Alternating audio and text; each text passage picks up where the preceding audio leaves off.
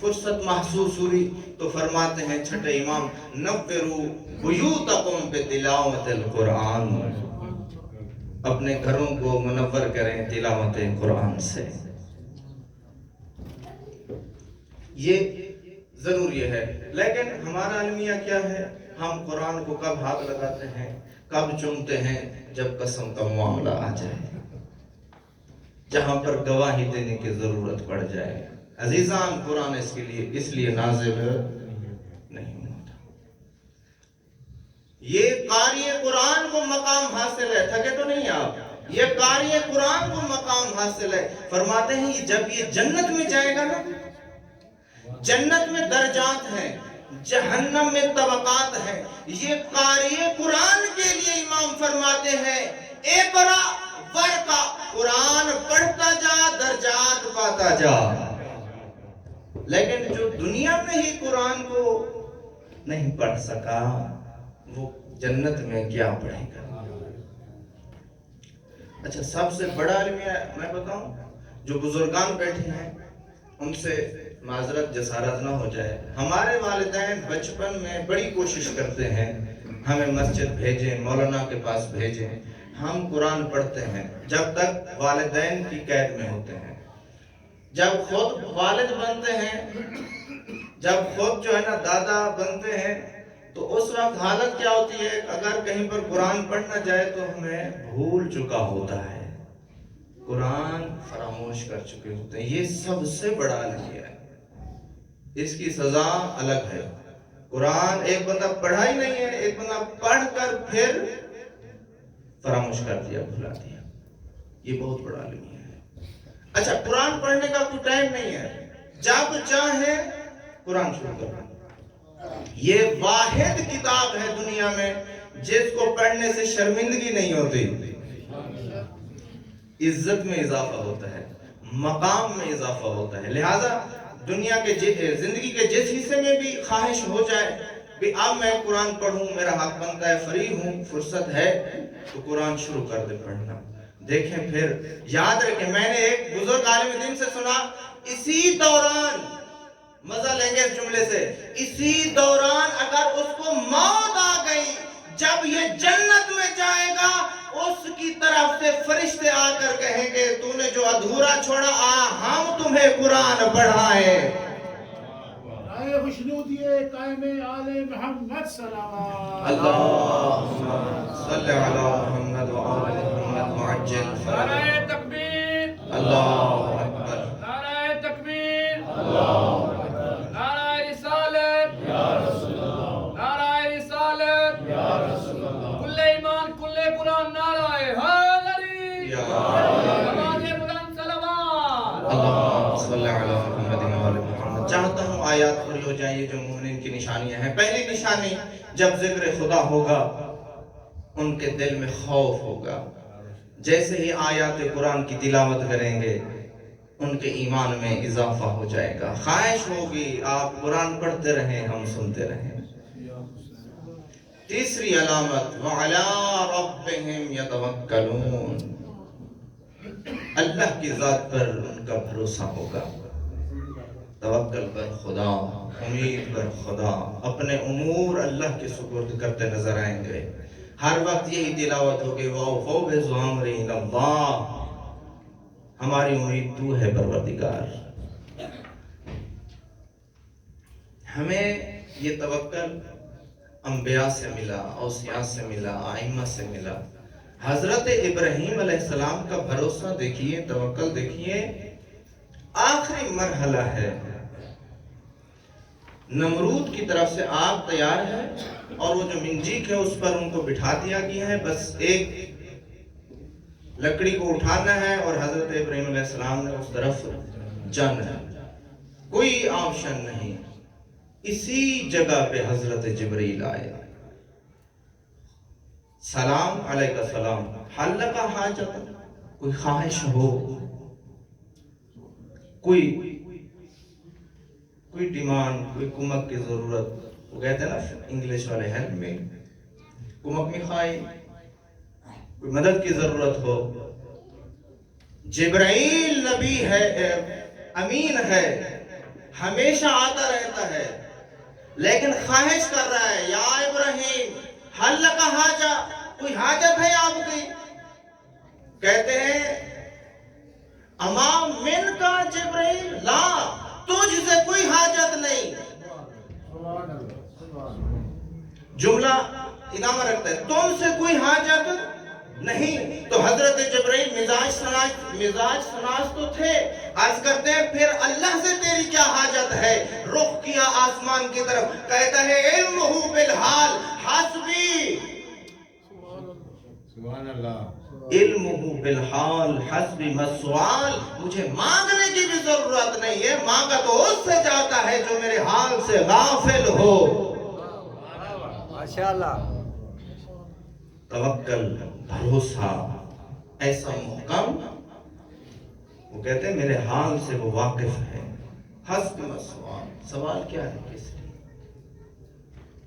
لیکن یاد رکھو ایسا توکل بھی نہ ہو کہ بندہ گوشہ نشینی اختیار کر لے، کیا ضرورت ہے کمانے کی، کیا ضرورت ہے بچوں کو سکول بھیجنے کی، کیا ضرورت ہے کچھ کرنے کی، سب کچھ ہو جائے گا، اللہ پہ بھروسہ ہے۔